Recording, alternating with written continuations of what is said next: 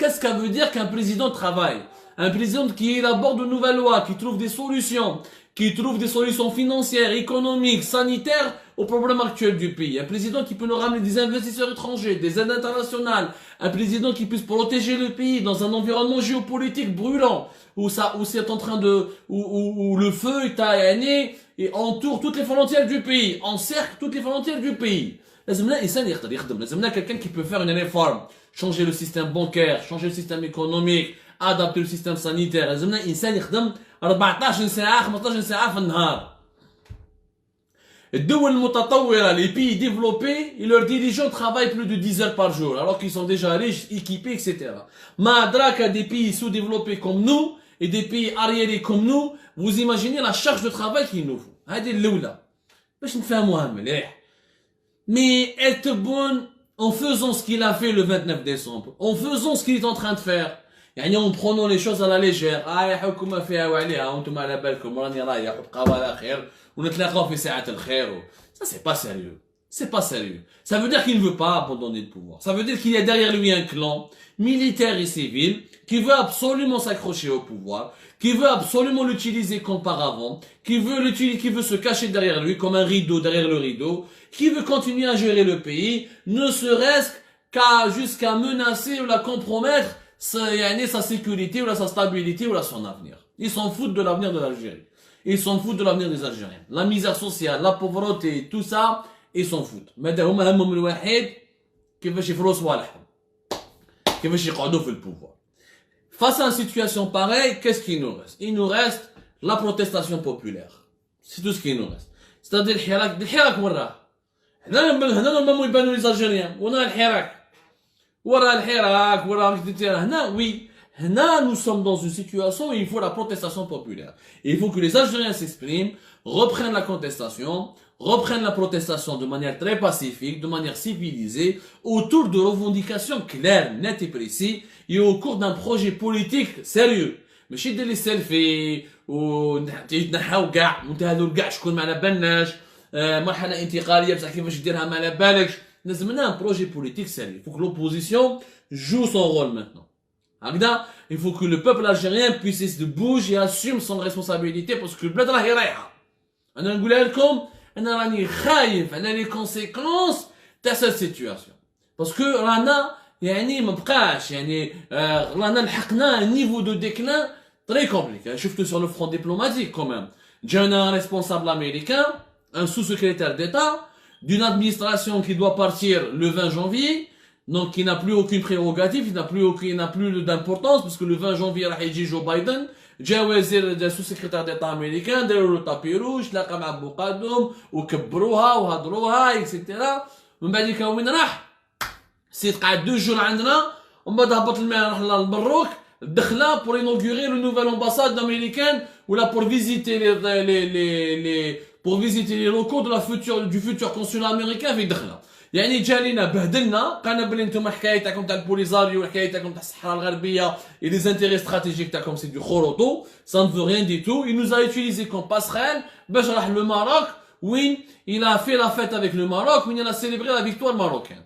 تبهديله. Normalement on n'aurait pas dû le recevoir. Ce n'est pas un haut responsable important, c'est un sous-secrétaire d'État chargé des affaires du Moyen-Orient et de l'Afrique du Nord. J'ai des problèmes d'agenda, je ne peux pas vous recevoir. مانيش قادر etc. de toute façon là جاي un nouveau président de la République, جاي un nouveau président عندكم في واشنطن le 20 janvier كيجي جو بايدن نتفاهموا نهضروا ونقصوا على les intérêts de l'Algérie, la vision de l'Algérie. هما بهدلوا بروحتهم, جا ضرب الطعام واللبن في الجي, تبهدلهم, قال لهم في الجي ما نستعرفش بكم وما نستعرفوش حنا بلا سوليسيون تاع البوليزاريو تاعكم ولو ماروك on est avec lui à 100%. Il est rentré au Maroc, il a fait la fête. Donc l'Algérie s'est humiliée, elle s'est abaissée au point où n'importe qui peut lui donner des gifles maintenant. Même un sous-secrétaire d'État d'une administration américaine, le sous-secrétaire d'État, il est inconnu aux États-Unis. Il n'a pas un poste كبير, c'est un sous-secrétaire d'État. يعني ما جيناش بومبيو, دافيد بومبيو ولا ما باليش انا شكون يجينا. والله ça fait mal au cœur يا جماعه. نقول لكم sincèrement ça fait mal au cœur. والله العظيم غير ça fait vraiment mal au cœur. واش نقول خالتي Si ce n'est que Mike Pompeo, je voulais dire Mike Pompeo, hein, c'est pour ça que je voulais vérifier, je me David Pompeo. Et on est en train de perdre totalement la raison, et en train de perdre notre latin. ويبقاو الشياتين يشيتوا ويطبلوا ويقولوا بلي تبون بو ديريجي وتبون خير من بوتفليقه ويبدل البلاد وقادر عليها ولا لا ما راهوش مريض يعني علاش لاحظنا المانيا واش مريض. Vous croyez vraiment que c'est juste pour une intervention chirurgicale au niveau du pied, une intervention bénigne? هاش معنا بليز. واحد يخمم راسو, nous sommes des إنسان juifs, il fonctionne un peu son cerveau, il essaie de réfléchir bien. Aujourd'hui, c'est l'heure de vérité, Ajma. Aujourd'hui, bon, je vois des commentaires sur la facture des soins médicaux et les soins médicaux, n'en parlons pas. Il faut calculer une moyenne de 10 000 euros entre son hébergement, ses soins. Même dans l'Allemagne, ne va pas prendre de l'argent direct, elle ne va pas le faire payer tout. L'Allemagne, certainement, va offrir des prestations gratuites. C'est bon, mais tout sera, même si tout ne sera pas gratuit, il faudra compter minimum 10 000 euros par jour en Allemagne pour Abdelmajid Tebboune. Vous imaginez tout ce que nous avons dépensé comme argent, qu'est-ce qu'on aurait pu racheter, combien de doses de futures vaccins, l'hospitalisation de Tebboune à l'étranger, nous aurait pu peut-être ramener 800 000 ou 900 000, si ce n'est pas 1 million de doses de nouveaux vaccins contre le coronavirus Covid-19.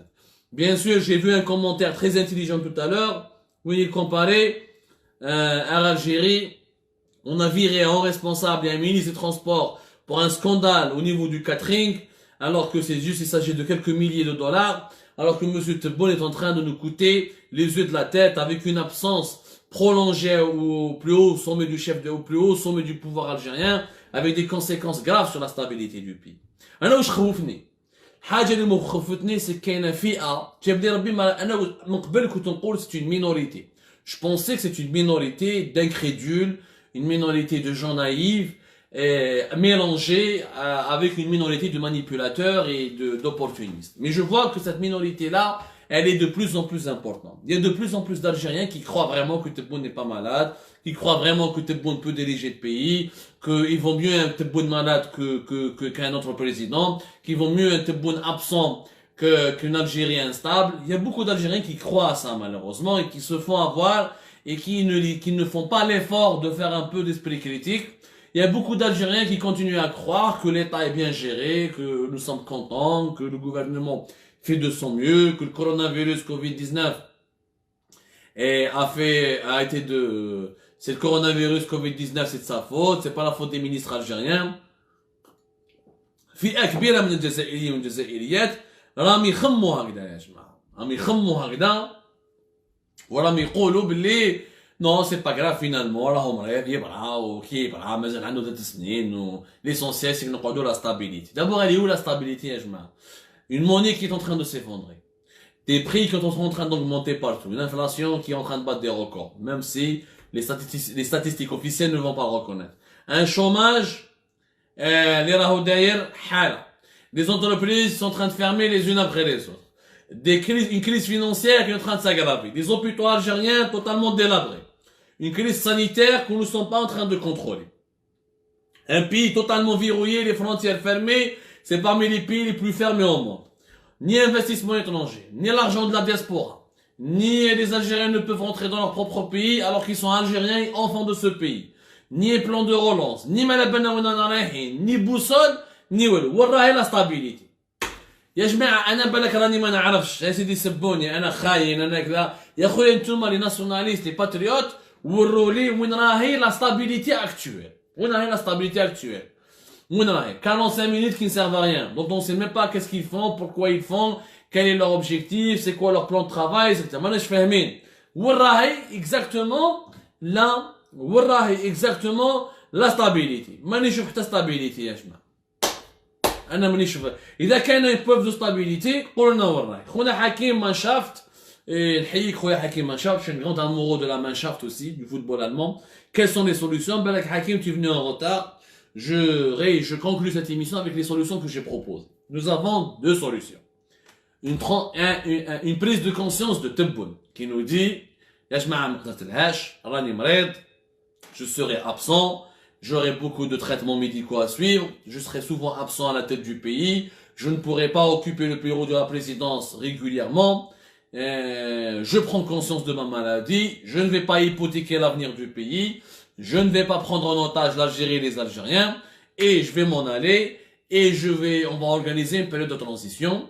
Maintenant, juin ou juillet prochain maximum, il y aurait un nouveau président, il met des élections présidentielles anticipées, et même des élections présidentielles anticipées, on fait un conseil de transition avec un gouvernement de transition et avec des élections législatives anticipées, avec un nouveau parlement qui sera représentatif réellement de la volonté populaire. Il n'y aura pas de vote truqué, il n'y aura pas de vote des voix trafiquées. Je ne fais un moment.